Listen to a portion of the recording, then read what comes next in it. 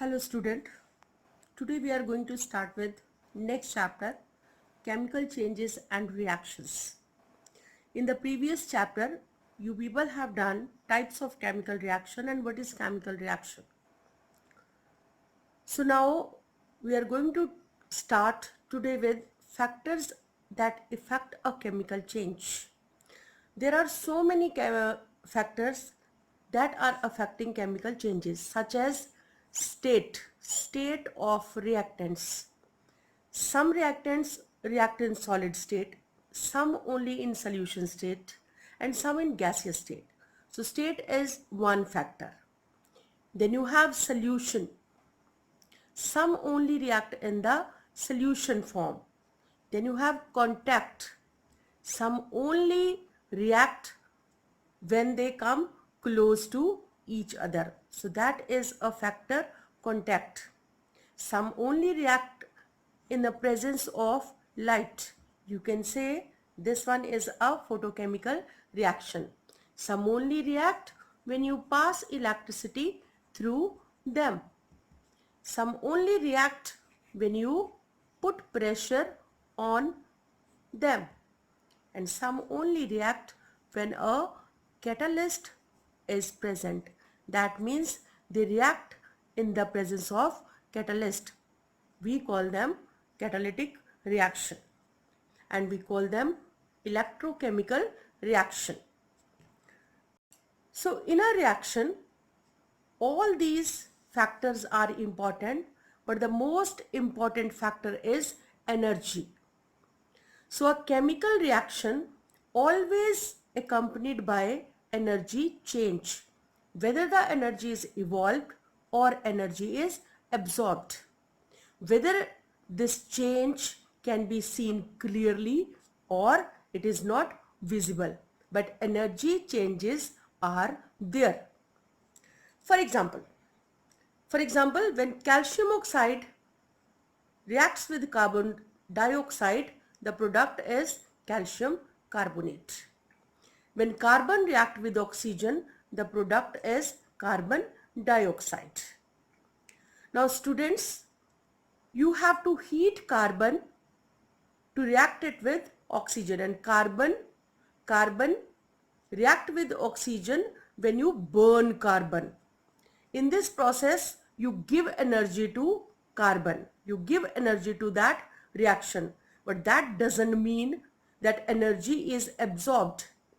But when this reaction happens, a lot of energy, first of all you heat it, a lot of energy is evolved.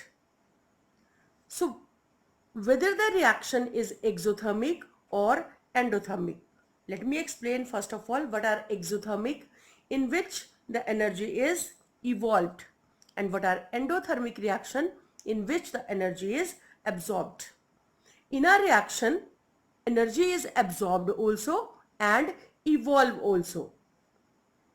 Then what is the thing that is going to tell you whether the reaction is exothermic or reaction is endothermic? Now in this reaction, first of all the energy is absorbed and later on the energy is evolved in a form of heat and light. Now in this reaction, the energy absorbed is less as compared to energy evolved. That means net amount of energy is going to be evolved. So this energy we can write in a form of sign.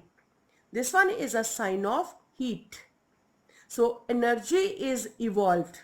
That means energy absorbed is less as compared to energy evolved. So the net result is evolution of energy, and this reaction is exothermic in nature. Now, the next example is decomposition of calcium carbonate, calcium oxide into calcium oxide and carbon dioxide. When you heat calcium carbonate, it decomposes into calcium oxide and carbon dioxide, and energy is also evolved. But the energy absorbed in this case is much more as compared to the energy evolved. So here the sign is heat sign of heat is minus. So that means energy absorbed is more as compared to energy evolved. Such type of reactions are known as endothermic reaction. So exothermic reaction are not simply that energy is evolved. What is the definition? When energy evolved is much more as compared to energy absorbed. That reaction is considered as exothermic. And when the energy absorbed is more as compared to energy evolved, those reactions are known as endothermic reaction. Now this energy change is of any kind, whether it is a form of heat, or it is a form of light, or it is a form of sound. So all these forms, energy is evolved or absorbed in all these forms. You call them photochemical reaction, and you call them thermal decomposition or thermal combination. Heat is this.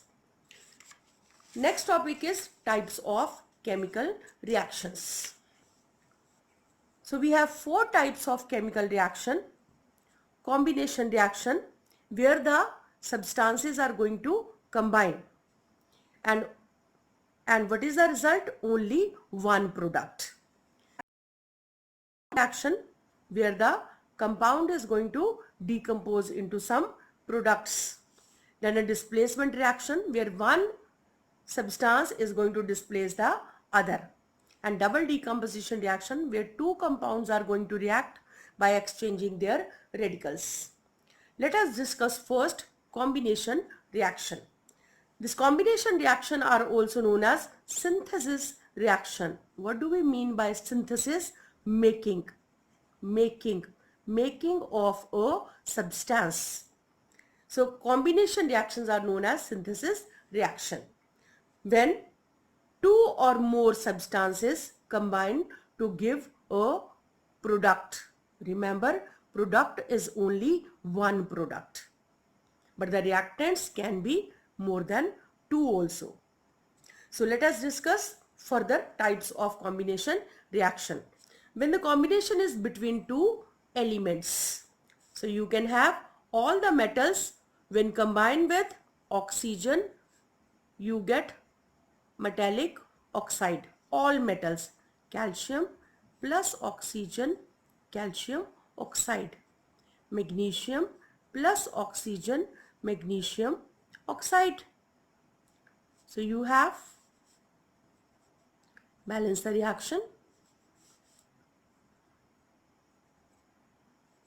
Then you have, okay, all the non-metals, when combined with oxygen, they give you non-metallic oxides.